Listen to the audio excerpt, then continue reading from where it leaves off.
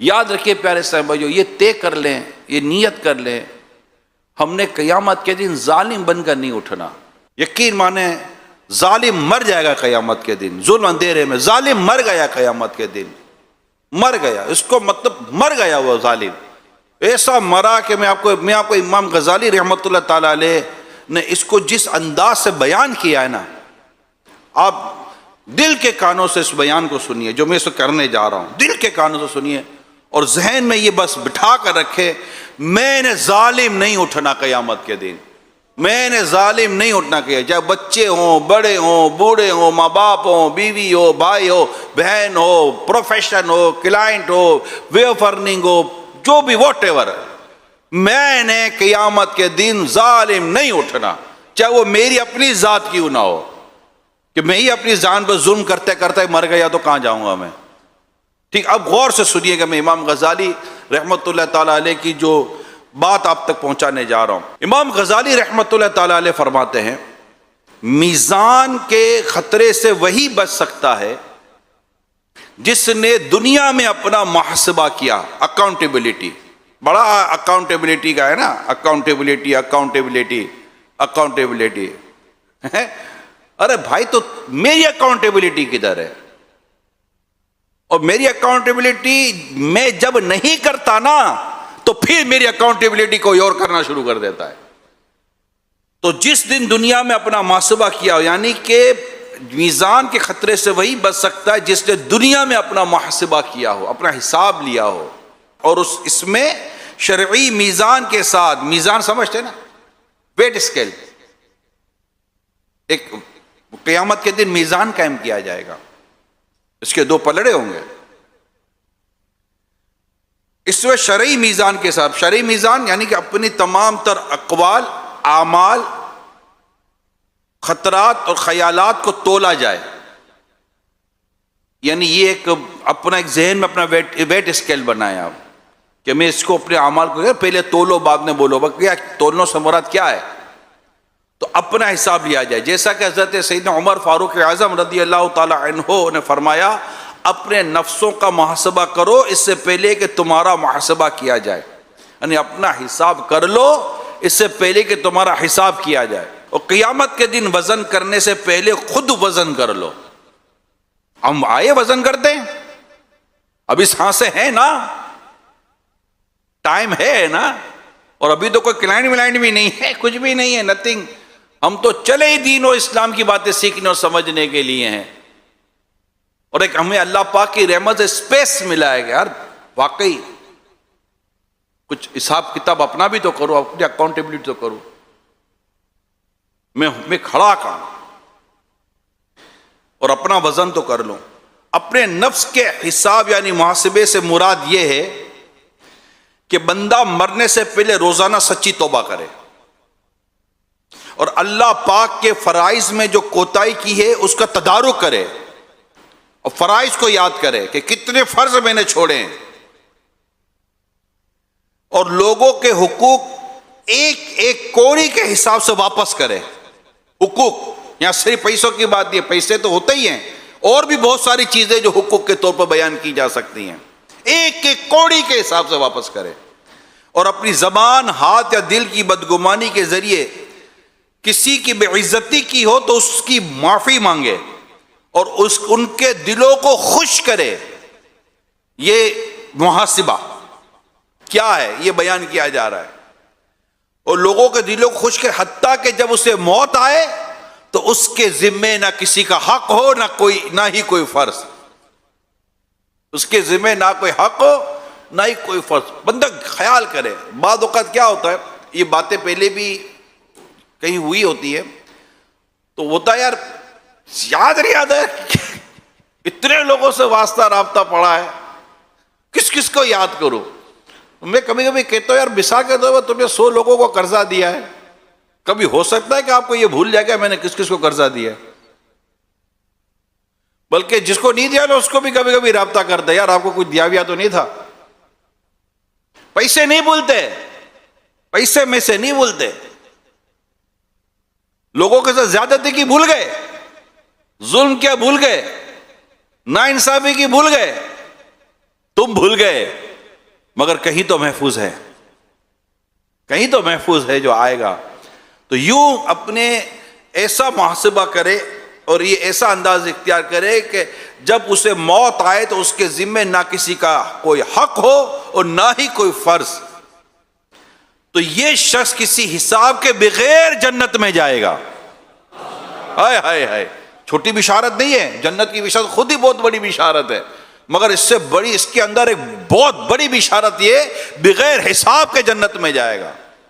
اس لیے جب بھی آپ دعا کریں نا، یہ دعا کر، یا اللہ میری مجھے بغیر حساب کے جنت عطا کر، میری بلا حساب مغفرت کر. حساب نہ لے. ہم تو مر جائیں گے یار، حساب دے کہاں دے سکتے ہیں؟ یہاں 4 دن کا حساب نہیں بن پاتا، حساب دے کہاں سے سکیں گے ہم؟ وہ رحیم ہے، کریم ہے، وہ ستار ہے، وہ غفار ہے، وہ رحمان ہے. وہ ہمیں بغیر حساب کے بخش دے تو بڑا رحمان ہے، بڑے کریم ہے. وہ ہم دعا تو کریں بھلا معاف کر دے، اور جو مجھ پر تیرے بندوں کو حقوق ہے اسے ادا کرنے میں میری مدد کر. ہم اپنی ویلنگ، اپنی نیت، اپنے ارادے، اپنی چیزوں کو اپنے رب کے حضور حاضر تو کرے. مولا میں چاہتا ہوں، اور میرا یہ چاہنا بھی تیری عزت کی قسم، میری اس میں کوئی کمال نہیں ہے، یہ بھی تیری رحمت ہے جو تو نے مجھے اس طرح سوچنے کی توفیق عطا فرمائی ہے.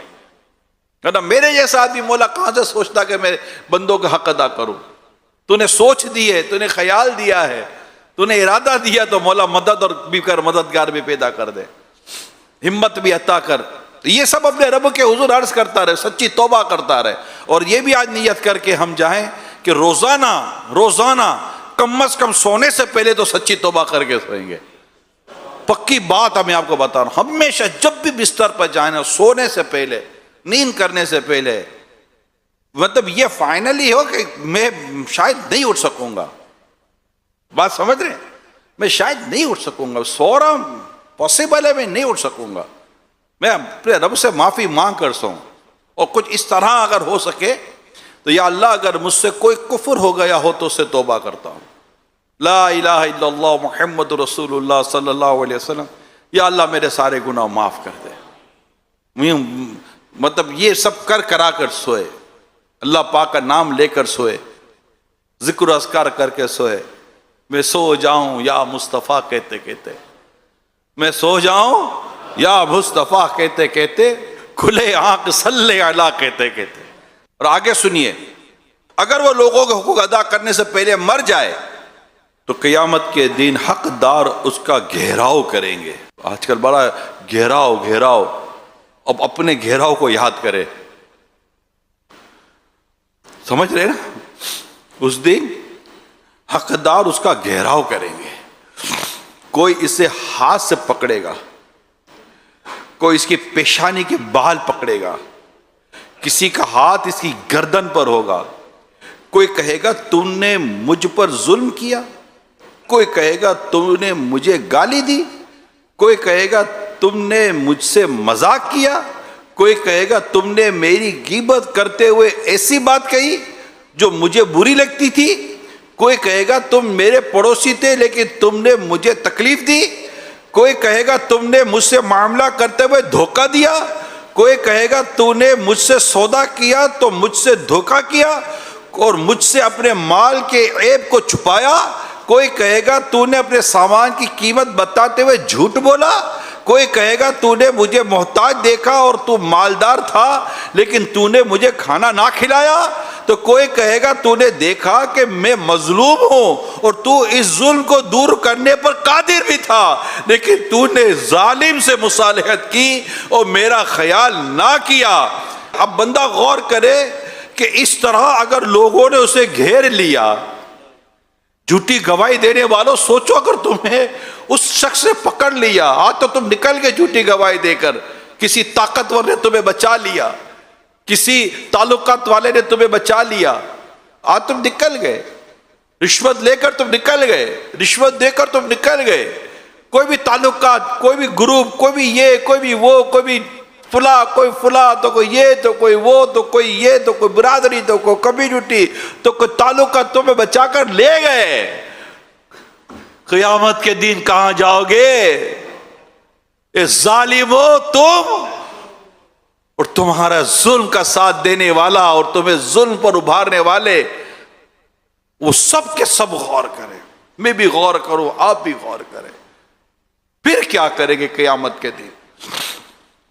تو جب اس وقت تیرا یہ حال ہوگا اور حقداروں نے تیرے بدن میں ناخن گاڑے رکھے ہوں گے اور تیرے گریبان پر مضبوط ہاتھ ڈالا ہوگا اور تو ان کی کثرت کے باعث، یعنی بہت سارے ہوں گے، حیران اور پریشان ہوگا، حتیٰ کہ تو نے اپنی زندگی میں جس سے 1 درہم کا معاملہ کیا ہوگا یا اس کے ساتھ کسی مجلس سے بیٹھا ہوگا تو غیبت، خیانت یا حقارت کی نظر سے دیکھنے کے اعتبار سے اس کا تجھ پر حق بنتا ہوگا اور تو ان کے معاملے میں کمزور ہوگا اور اپنی گردن اپنے آقا اور مولا کی طرف سے اس نیت سے اٹھائے گا کہ شاید تو تجھے ان کے ہاتھ سے چھڑائے، کہ اتنے میں اللہ تعالیٰ کی طرف سے ندا تیرے کانوں میں پڑے گی، الیوم تجزا کل نفس بما کسبت لا ظلم اليوم، آج ہر جان کو اس کے کمائے ہوئے اعمال کا بدلہ دیا جائے گا. آج کسی پر زیادتی نہیں ہوگی. اس وقت ہیبت کے مارے، ڈر کے مارے، خوف کے مارے تیرا دل نکل جائے گا اور تجھے اپنی ہلاکت کا یقین ہو جائے گا. اور اللہ نے اپنے رسول کی زبانی جو تجھے ڈرایا تھا وہ تجھے یاد آ جائے گا. وَلَا تَحْسَبَنَّ اللَّهَ غَافِلًا عَمَّا يَعْمَلُ الظَّالِمُونَ، اور اے سننے والے ہرگز اللہ کو ان کاموں سے بے خبر نہ سمجھنا جو ظالم کر رہے ہیں. تیرا رب سب جانتا ہے، تیرا رب سب جانتا ہے جو کچھ ہو رہا ہے. پھر یہ آیت کریمہ سورہ ابراہیم کی آگے بھی آیات ہے، اور اللہ انہیں صرف ایک ایسے دین کے لیے ڈھیل دے رہا ہے جس میں آنکھیں کھلی کی کھلی رہ جائیں گی، لوگ بے تحاشا اپنے سروں کو اٹھائے ہوئے دوڑتے جا رہے ہوں گے، ان کی پلک بھی ان کی طرف نہیں لوٹ رہی ہوگی اور ان کے دل خالی ہوں گے. اور لوگوں کو ڈراؤ. یہ سورہ ابراہیم کی آیات تھی جن کا ترجمہ میں نے آپ کو سنایا. تو جب تو لوگوں کی عزتوں کے پیچھے پڑتا ہے اور مال کھاتا ہے تو کس قدر خوش ہوتا ہے، لیکن اس دن تجھے کس قدر حسرت ہوگی جب تو عدل کے میدان میں اپنے رب کے سامنے کھڑا ہوگا اور اس وقت تو مفلس، فقیر، عاجز اور ذلیل ہوگا. نہ کسی کا حق ادا کر سکے گا، نہ ہی کوئی عذر پیش کر سکے گا. پھر تیری وہ نیکیاں جن کے لیے تو نے زندگی بھر مشقت برداشت کی، بات سمجھ رہے؟ پھر تیری وہ نیکیاں جن کے لیے تو نے زندگی بھر مشقت برداشت کی، تجھ سے لے کر ان لوگوں کو دے دی جائیں گی جن کے حقوق تیرے ذمے ہوں گے، اور یہ ان کے حقوق کا عوض ہوگا. تو دیکھو اس دن تم کس قدر مصیبت میں مبتلا ہوگے، کیونکہ پہلے تو تمہاری نیکیاں ریاکاری اور شیطانی مکر و فریب سے محفوظ نہیں رہی ہوں گی، اور اگر طویل مدت کے بعد کوئی ایک آدھ نیکی بچ بھی جائے تو اس پر حقدار دوڑیں گے اور اسے لے لیں گے. اور شاید تو اپنے نفس کا محاسبہ کرنے، دن کو روزہ رکھنے اور رات کو قیام کرنے والا ہو تو تجھے معلوم ہوگا کہ تو دن بھر مسلمانوں کی غیبت کرتا رہا جو تیری تمام نیکیوں کو لے گئی. باقی برائیاں مثلا حرام و مشتبہ چیزیں کھانا اور عبادات میں کوتاہی کرنا اپنی جگہ ہے. جس دن سنگوں والے جانور سے بے سنگ جانور کا حق لیا جائے گا تو اس دن کے حقوق سے چھٹکارا پانے کی امید کیسے رکھ سکتا ہے؟ امام غزالی علیہ رحمۃ اللہ الوالی کا یہ مضمون اب ہر سننے دیکھنے والا مرد اور عورت، کم ذمہ دار، زیادہ ذمہ دار، چھوٹا عہدے دار، بڑا عہدے دار، ہر ایک اپنے بارے میں سوچے. واقعی سوچنے والی بات ہے. قیامت کا دن میری بارگاہ الہی میں حاضری. یہاں دنیا میں بندہ قصور کرتا ہے، جرم کرتا ہے، اچھا وہ جانتا ہے کہ میں نے جرم کیا ہے، اور جو کچھ میرے پیش کیا جائے گا یہ سب صحیح ہے، اور اب میرے خلاف فیصلہ آنے والا ہے۔ اس دنیا کی میں بات کر رہا ہوں جس میں آگے اپیل موجود ہے، آگے یہ موجود ہے، آگے وہ موجود ہے، اور ہزار قسم کے قانون میں یہ کیا چیزیں، پھر بھی گھبراہٹ کے مارے حالت بری۔ یہاں تو چلو ادھر سے نکل گئے، ادھر سے نکل گئے، یہ ہو گیا، وہ ہو گیا۔ بندہ قیامت کے دن جائے گا کہاں؟ اور ظلم کرتا ہوا قبر میں گیا تو کرے گا کیا؟ اللہ پاک کے حضور حاضر ہوگا، اس کے ہاتھ میں نامہ الیوم نختم علی افواہہم، سورہ یاسین میں، اس دن منہ پر مہر کر دی جائے گی، ہاتھ و پاؤں کلام کریں گے، گواہی دیں گے۔ بندہ کرے گا کیا؟ کس چیز سے چھپ کر بندہ برائی کر رہا ہے؟ بتاؤ مجھے، آپ بتائیں، میں آپ کو بتاؤں، آپ مجھے بتائیں، کس سے چھپ کر برائی کر رہے ہیں؟ ہاتھ پاؤں گواہ نہیں ہے؟ اعضاء گواہ نہیں ہے؟ جو فرشتے اعمال لکھ رہے ہیں ان سے چھپ کر عمل کریں گے ہم؟ ارے اندر آ جا، دروازہ بند کرو، دروازہ بھائی سمجھا کرو، دروازہ بند کرو، آہستہ بولو یار، کوئی سن لے گا یار، یہی کوئی سن لے گا۔ اور اللہ جو سمیع و بصیر ہے، اللہ پاک جو علیم و خبیر ہے، وہ تو دلوں میں آنے والے خیالات کو جانتا ہے۔ علیم بذات الصدور، تو دلوں میں آنے والے خیالات کو جانتا ہے۔ یہ بدبخت تو کس سے چھپ کر گناہ کر رہا ہے؟ تو کس سے چھپ کر گناہ کر رہا ہے؟ تو کس سے اپنی آواز کو چھپا رہا ہے کہ میری آواز نہ پہنچ جائے؟ کس سے؟ ارے وہ تو کچھ بھی نہیں کر سکتا، تو جس سے چھپ رہا ہے اس سے ڈر، جو جنت و جہنم کا مالک ہے، جو عزت و ذلت کا مالک ہے، جو رزق جس کے دستی قدرت میں، اس سے ڈرنا ہے۔ وہ میرا رب ہے، اس نے مجھے پیدا کیا ہے، میں مسلمان ہوں، میں اس سے ڈروں گا، میں اس کو راضی کروں گا۔ جو رزاق ہے میں اس سے ڈروں گا، وہ ستار ہے، میرے عیبوں کو چھپانے والا ہے، میں اس سے ڈروں گا۔ وہ رحمان ہے کہ اس کے سوا کوئی رحمان نہیں ہے، وہ کریم ہے، وہ رحیم ہے، میں اس سے ڈروں گا۔ اس کی پکڑ سخت ہے، وہ پکڑے تو کوئی چھڑا نہیں سکتا، کوئی نہیں بچا سکتا اگر وہ پکڑ لے تو۔ اب میرے جتنی باتیں بیان کی، بندہ سوچے کہ میں نے کیا کیا کیا۔ یہاں دنیا میں کسی کے مجال ہے جو میرے گریبان پکڑ کے دکھائے؟ 10 آدمی جمع کر لوں گا، اپنی برادری جمع کر لوں گا، قیامت کے دن جب مظلوم نے تیرا گریبان پکڑا تو کس کو پکارے گا؟ قیامت کے دن مظلوم نے تیرے بدن میں ناخن گاڑے تو کس کو کہے گا؟ ایسا نہ تو جس کو پکارے وہ خود بھی اسی میں مبتلا ہو، کس کو پکارے گا؟ اگر اس نے تیرے بال پکڑ لیے، وہ رب کے حضور حاضر ہو کے کہے گا مولا میرا حساب پورا کروا دے، میرا بدلہ دلا دے۔ اس دن تم کیا کرو گے ظالمو، جو ظلم کرنے والے ہو؟ یہ گھر سے لے کر روزگار تک سب کا میں بیان کر رہا ہوں۔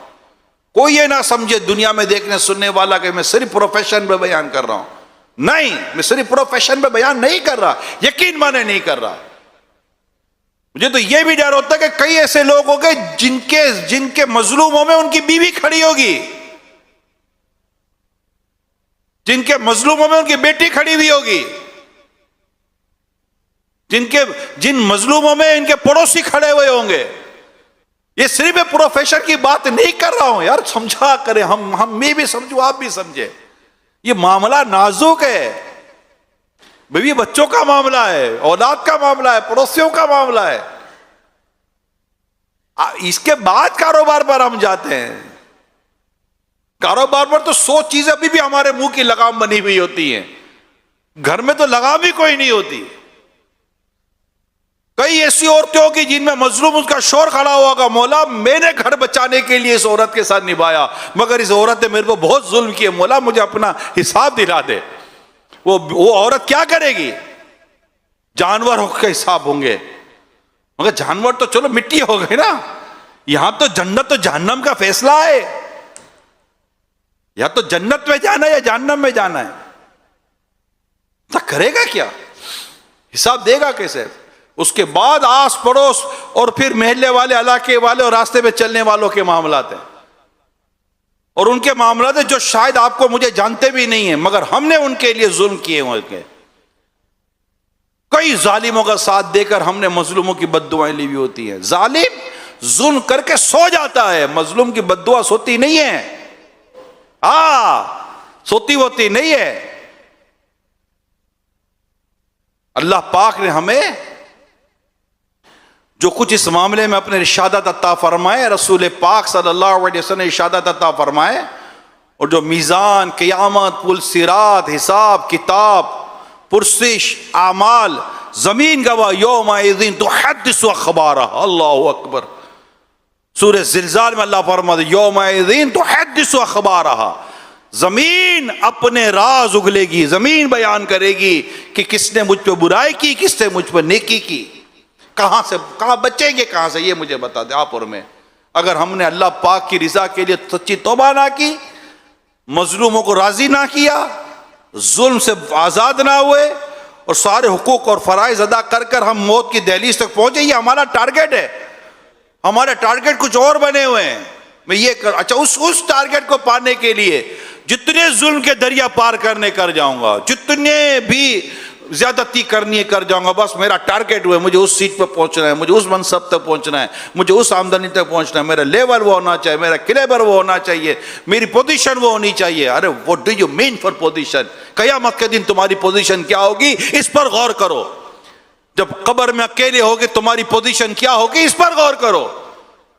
جب قبر کی دونوں دیواریں ملیں گی نا، پھر غور کرو کہ یہ جو دونوں دیواریں ملیں گی اور دبائیں گی تو میری قبر مجھے ماں کی طرح دبائے گی یا مجرموں والا دبانا ہوگا میرا، کہ میں مجرم ہوں، کہ مجرم کی پسلیاں ٹوٹ کر ایک دوسرے میں پیوست ہو جائیں گی۔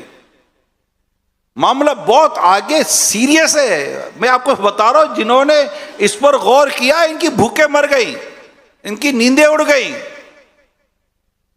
ان کی مسکراہٹیں چلی گئیں، اور یہ آپ کو وہ ملیں گے جو خوف خدا سے روتے ہوئے ملیں گے۔ یہاں تو ہمارا خوف خدا سے رونے کا تو کوئی ایسا سلسلہ رہتا ہی نہیں ہے نا، روزگار میں روئیں گے، یہ روئیں گے نہیں۔ ادھر اگر ہمارے پاس 2-4 کیسز پڑ جاوے ہماری حالت کیا ہو؟ میرے پیارے سے بھائیو، بندہ غور کرے، قیامت کے دن یہ اپنے جرموں کی فائلیں لے کر آئے گا، اور وہ رحمان اور رحیم میں اس پر رحم نہ کیا تو وہ جائے گا کہاں؟ محبوب پاک صلی اللہ علیہ وسلم کی بارگاہ سے شفاعت نہ ملی تو وہ جائے گا کہاں؟ نہ اٹھ سکے گا قیامت تلک، خدا کی قسم جسے تو نے نظر سے گرا کے چھوڑ دیا۔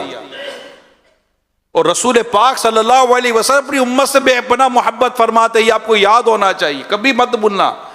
اللہ ہمیں اس کو یاد رکھنے کی توفیق عطا فرمائے۔ آپ کو اپنی امت سے اتنی محبت ہے کہ آپ نماز فجر ادا کر رہے ہیں، امامت فرما رہے ہیں، اور کئی بچے کے رونے کی آواز آتی ہے تو آپ اپنی قرات مختصر کر دیتے کہ ماں جلدی بچے کے پاس جائے، یہ آپ کا رحم ہے امت پر کہ بچہ رو رہا ہے۔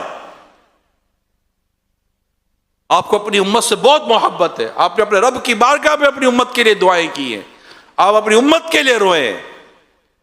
وہ شخص کیسے بچے گا جو سرکار کی امتی پر زیادتی کرتا ہوا آپ بارگاہ رسالت میں حاضر ہوگا؟ بتائے نا، وہ کیسے بچے گا؟ اگر اس سے پیارے مصطفیٰ کریم نے پوچھ لیا کہ کیا تو نے نہ جانا مجھے میری امت سے کتنی محبت تھی، تو نے میری امتی پر ظلم کیا؟ یعنی بعض وقت بندہ ڈرتا ہے، اگر میں پروفیشن پہ بھی آؤں تو آدمی ڈرتا ہے، ڈاکٹر ڈرے، وکیل ڈرے، جج ڈرے، سب کو اللہ سے ڈرنا ہے، اس کی پکڑ سکتے، اس کی پکڑ سکتے۔ حساب کتاب ہے، حساب کتاب حق ہے، حساب کتاب سچ ہے، بچے نکلے گا کہاں سے وہ اگر پکڑ میں آ گیا؟ اسی طرح سارے بزنس مین، تجارت کرنے والے، جو کر رہے ہوتے ہیں، جس کا جو پروفیشن، سب کو ڈرنا چاہیے کہ میرا بنے گا کیا قیامت کے دن اگر میں ظالم بن کر اٹھا۔ ہر ایک کو اپنے لیے خلاصے پیدا کرنی ہے اور اپنے رب کو راضی کرنا ہے، سچی توبہ کرنی ہے، یا اللہ معاف کر دے، معاف کر دے، پھر ڈھونڈنا ہے، سب کو ڈھونڈنا ہے اور ڈھونڈ کر راضی کرنا ہے۔ اس پہ تو اللہ پاک ہمارے حال پر رحم فرمائے۔ خدا نہ خواستہ یعنی میں اگر اپنے جو اس وقت جو پروفیشن پہ جیسے وکلا وغیرہ جو ہیں، اس پہ تو آپ کا واسطہ تو بیواؤں سے پڑتا ہے، یتیموں سے پڑتا ہے، وراثتوں سے پڑتا ہے، پتہ نہیں کتنوں سے واسطہ پڑتا ہے یا غوث پاک۔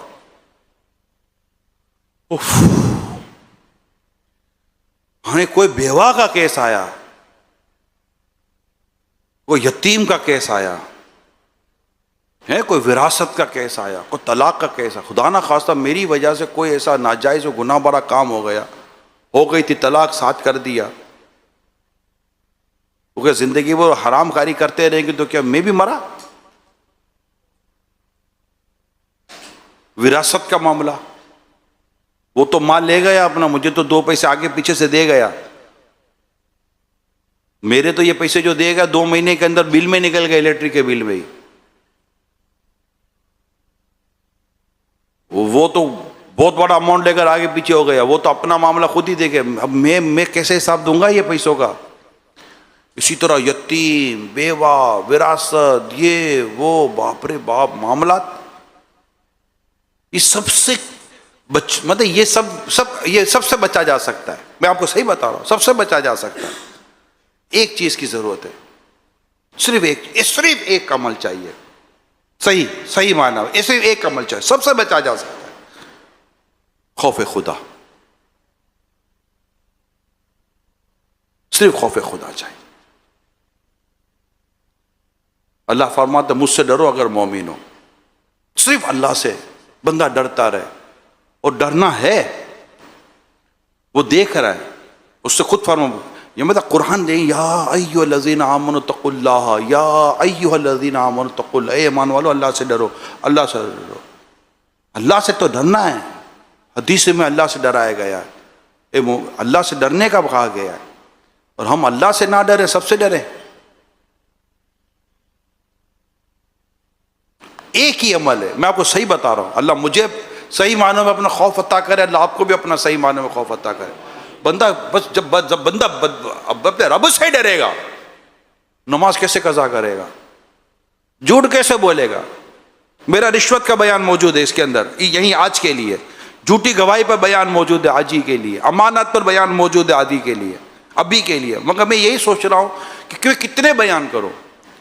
شرابیں پی جا رہی ہیں، جوئے کھیلے جا رہے ہیں، رشوتیں لی جا رہی ہیں، جھوٹی گواہیاں دی جا رہی ہیں، جھوٹے ڈاکیومنٹس بنائے جا رہے ہیں، فیک ڈاکیومنٹس بنائے جا رہے ہیں، رشوتیں لی جا رہی ہیں، رشوتیں دی جا رہی ہیں، یعنی بڑا رشوت کا اماؤنٹ، یہ نہیں ہے کہ بڑا رشوت کا اماؤنٹ خود ہی کھا جائے گا، اس کو پتہ ہے کہ اس کی کتنی پرسنٹیج کا آنکھا دینی ہے، تم کیس لگا دو، بات ہو گئی ہے۔ مگر یہ پیسہ کہاں لے کے جائے گا؟ یہ آگے کیوں بھر رہا ہے اپنے پیٹ کے اندر؟ پھر یہی مال اپنے بچوں کو کھلائے گا، یہی مال اپنے بیوی کو کھلائے گا، یہی مال اپنے گھر والوں کو کھلائے گا، پھر قیامت کے دن کا قیامت کے دن کا خیال کرے، پھر قیامت کے دن کیا ہونا ہے۔ میں آپ کو بتاؤں، ایک روایت سناتا ہوں، بروز قیامت ایک شخص بارگاہ الہی میں حاضر کیا جائے گا، اس کی بیوی بچے فریاد کریں گے، یا اللہ اس نے ہمیں دین کے احکام نہیں سکھائے، اور یہ ہمیں حرام روزی کھلاتا تھا، لیکن ہم لا علم تھے۔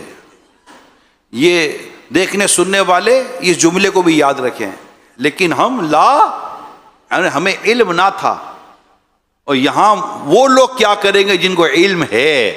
بات سمجھ رہے ہیں؟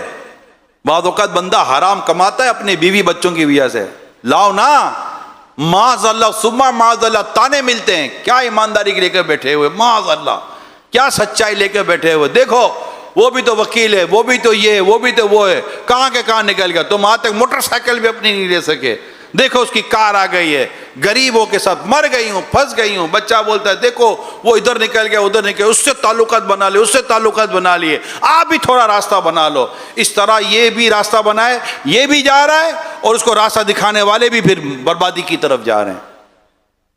مگر یہاں میں یہ روایت میں ان کا ذکر ہے جو لا علم تھے، جنہیں علم نہ تھا کہ اسے حرام کھلایا جا رہا ہے۔ یہاں تو حرام کھلانے پر باقاعدہ اکسایا جا رہا ہے، حرام کمانے پر اکسایا جا رہا ہے، الٹے سیدھے کیسز لے کر اکسایا جا رہا ہے۔ کیا مطلب کہ دیکھو وہ فلاں فلاں فلاں کی مثالیں دی جا رہی ہیں، اس نے اپنے کرائے کے گھر سے اپنا گھر لے لیا، اس نے وہ کار سے اتنی دو کاریں والا ہو گیا، اکسایا جا رہا ہے۔ شادی بیاہ کے موقع پر دیکھو اس کے ٹھاٹ واٹ ہے، اس کو اکسایا جا رہا ہے کہ تم بھی حرام کماؤ۔ تو یہ حرام دونوں صورتوں میں، یہ جو حرام کمانے والا اور حرام کمانے کے لیے یہ ساری جو مطلب پیچھے سے پورا پریشر کرنے والے، ذرا سوچو تم قیامت کے دن کیا جواب دو گے اپنے رب کے حضور. یہاں تو میں ان کا ذکر کر رہا ہوں روایت کے اندر جو لا علم تھے، یعنی علم ہی نہ تھا کہ یہ کہاں سے کما، یہ حرام کما کر لا رہا ہے. تو روایت سنیے، دوبارہ میں بیان کرنے جا رہا ہوں کہ بروز قیامت ایک شخص بارگاہ الہی میں حاضر کیا جائے گا، اس کے بیوی بچے فریاد کریں گے، یا اللہ پاک اس نے ہمیں دین کے احکام نہیں سکھائے اور یہ ہمیں حرام روزی کھلاتا تھا، لیکن ہم لا علم تھے، ہمیں علم نہ تھا، لہذا اس شخص کو حرام روزی کے سبب اس قدر پیٹا جائے گا کہ اس کی کھال تو کھال، گوشت بھی ادھڑ جائے گا. پھر اس کو میزان یعنی ترازو پر لایا جائے گا، فرشتے اس کی پہاڑ کے برابر نیکیاں لائیں گے. حج کیا نا، زکات بھی دی تھی، اچھا نمازیں بھی پڑھ رہے تھے، نشان بھی ہو گیا تھا، تسبیحات سے چھٹی نہیں رہی تھی، اچھا مسجد ہی بنائی تھی، یہ بھی نہیں کیا کی تھی، وہ بھی نہیں کیا کی تھی، مال کہاں سے کمایا تھا؟ حرام سے کھلایا کیا تھا؟ حرام میں. اللہ اللہ اللہ. ارے غور کرے کہ میزان، پھر اس کو میزان یعنی ترازو پہ لایا جائے گا، فرشتے اس کی پہاڑ کے برابر نیکیاں لائیں گے. تو اہل و عیال میں سے ایک شخص اس کی نیکیوں میں سے لے لے گا، دوسرا بڑھے گا، وہ بھی اس کی نیکیوں سے اپنی کمی پوری کرے گا. اس طرح اس کی ساری نیکیاں اس کے گھر والے لے لیں گے. یا دنیا میں پیسے لے گئے، ہمارا چین سکون بھی لے گئے، اور اس برے عمل کی وجہ سے قیامت کے دن میری نیکیاں بھی لے گئے. اب وہ اپنے بال بچوں کی طرف رخ کر کے کہے گا، افسوس اب میری گردن پر صرف ان گناہوں کا بوجھ رہ گیا جو میں نے تم لوگوں کی خاطر کیے تھے. فرشتے اعلان کریں گے، یہ اعلان کیسا عجیب اعلان ہے. فرشتے اعلان کریں گے، یہ وہ شخص ہے جس کی ساری نیکیاں اس کے بال بچے لے گئے، اور یہ ان کی وجہ سے جہنم میں داخل ہوگا. جہنم میں داخل ہوا ان کی وجہ سے. کیا یہ بیوی بچے آپ کو اب لگتا ہے کہ یار ان کی وجہ سے میں حرام کماؤں؟ یہ بیوی بچوں کی وجہ سے، ان کی وجہ سے؟ استغفر اللہ. نہ ایسے بے وقوف تو ہم نہیں ہیں. یہ قیامت کے دن میرا گریبان پکڑیں گے. ہمارا کام اپنے روزی کمانا ہے، رزق کمانا ہے، ہماری ذمہ داری ہے. نان نفقہ شوہر کی ذمہ داری ہے، روزگار کمانا ہماری رسپانسبلٹی ہے. عورت کے تو ذمہ ہی نہیں ہے یہ کام، یہ تو ذمہ ہے ہی مرد کے. بیوی کے ذمہ تھوڑی ہے یہ کام. بیوی کی ذمہ داری گھریلو کھانا داری، اور مرد کی ذمہ داری باہر سے روزگار کما کر لانا، نان نفقہ پورا کرنا، گھر دینا، کپڑے دینا، کھانا دینا عرف کے مطابق، جو عرف عادت کے مطابق ہے. یہ مرد کی ذمہ داری، عورت کی تھوڑی تھی. حضرت مولا علی شیر خدا کرم اللہ تعالیٰ وجہ الکریم و خاتون جنت بی بی فاطمہ رضی اللہ تعالیٰ عنہ کا جب نکاح ہوا، شادی ہوئی، تو خود مولا علی رضی اللہ تعالیٰ عنہ فرماتے ہیں کہ ہمارا آپس کا معاملہ طے ہو گیا، اور خود آپ نے یہ فرمایا ہے کہ گھر کے کام فاطمہ کریں گی اور گھر کے باہر کے کام میں کیا کروں گا. ہماری یہ تقسیم ہو چکی. یہ تقسیم خاندان اہل بیت کی ہے. آپ کو یہ تقسیم سمجھ میں کیوں نہیں آتی؟ عورت گھریلو خانہ داری، عورت کا مطلقاً روزی کمانا ناجائز نہیں ہے، رزق کمانا ناجائز نہیں ہے مطلقاً، مگر اس کی شرائط ہیں. اس کو خود کو بے پردگی سے بچانا پڑے گا، بے شرمی سے بچانا پڑے گا، بے حیائی سے بچانا پڑے گا. کوئی ادات ہے، ایسا تھوڑی ہے کوئی. اسلام کے اندر عمل کرنے کی صورتیں موجود ہیں. ہم مسلمان ہیں، ہم کو بے قیدی، ہم ایسا تھوڑی کہ ہمارے کو رولز اور لا ہی نہیں، کوئی قانون ہی نہیں ہے. اور قانون توڑنے کا کیا انجام ہوتا ہے یہ تو آپ مجھ سے زیادہ جانتے ہیں. تو جو ملکی قانون توڑنے کے انجام کو سمجھتا ہے، وہ اللہ اور اس کے رسول کے قانون توڑنے کے انجام کو نہ جانا.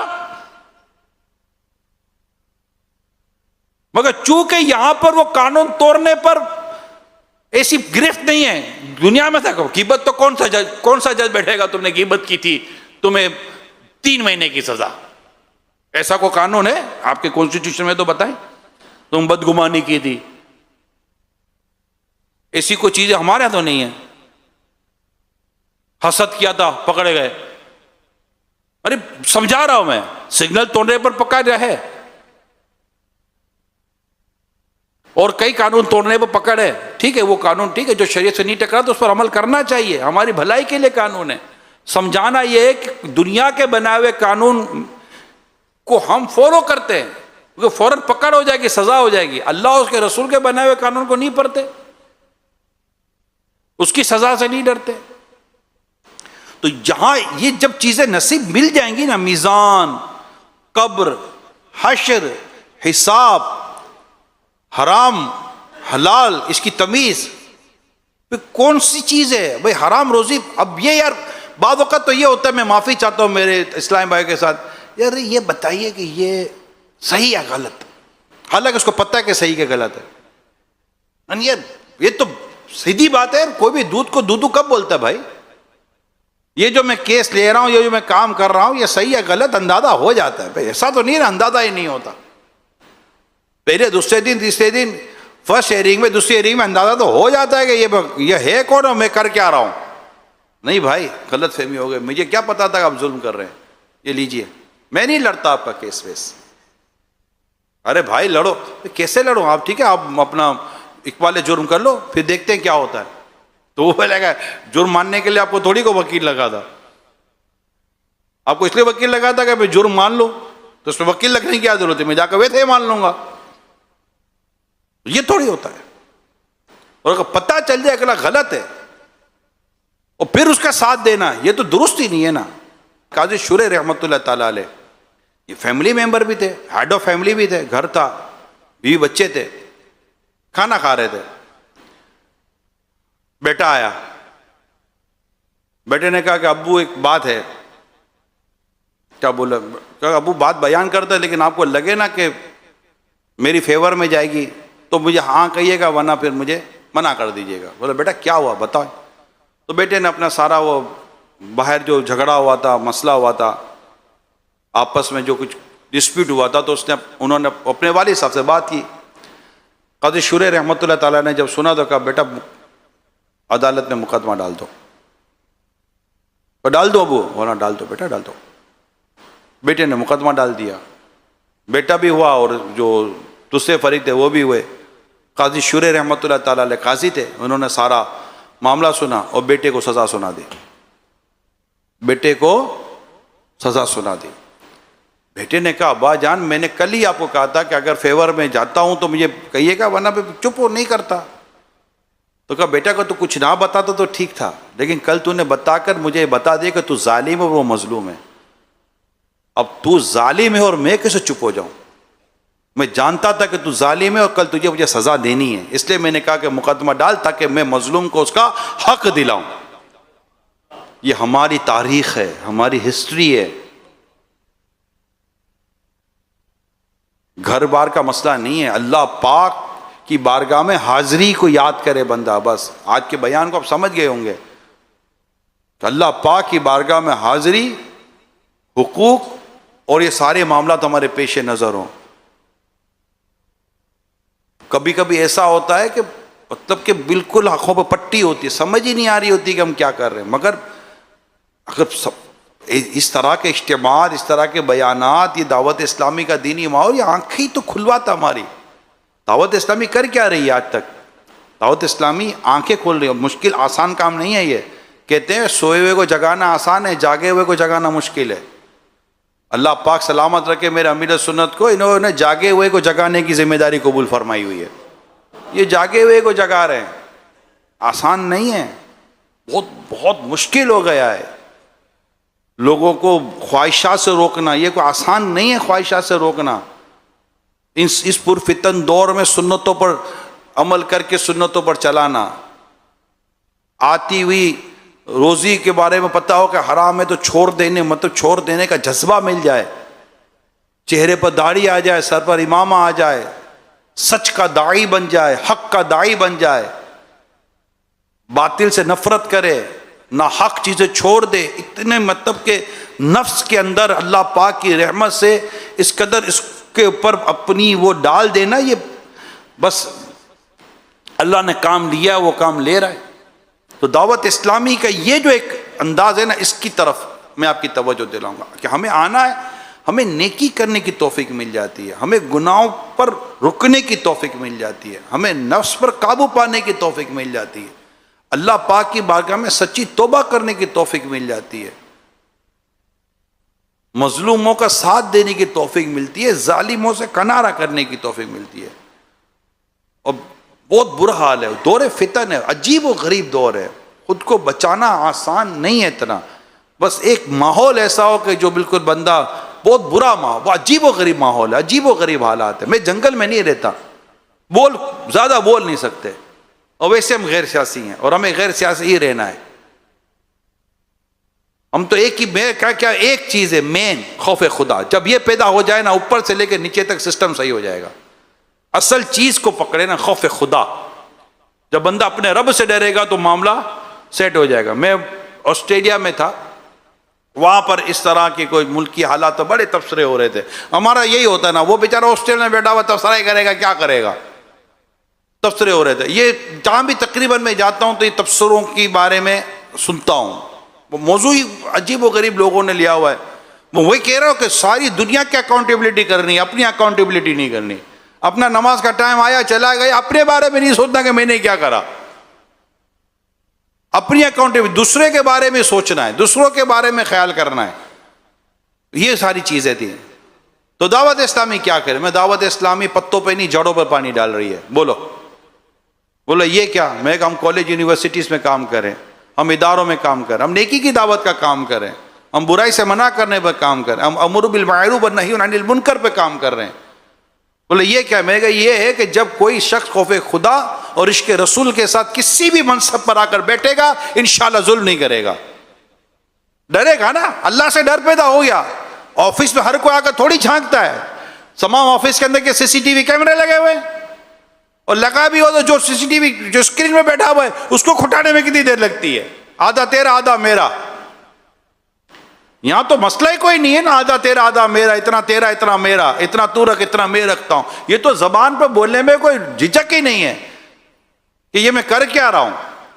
تو جو بھی شخص کسی بھی منصب یا عہدے پر یا کسی بھی رسپانسبلٹی پر آتا ہے، کسی بھی شہر کا ملک کا ہو، اگر وہ صحیح معنوں میں خوف خدا اور عشق رسول کا پیکر ہوگا، انشاءاللہ تعالی قوم کو آسانی اور آرام میں رکھے گا۔ وہ مین چیز ہے، یہ تو ہے ہی مین چیز۔ اس کے بغیر آپ کر لے ساری باتیں ہی ہوں گی۔ اللہ سے نہیں ڈرے گا تو پھر تو ظلم ہی کرے گا، زیادتی کرے گا،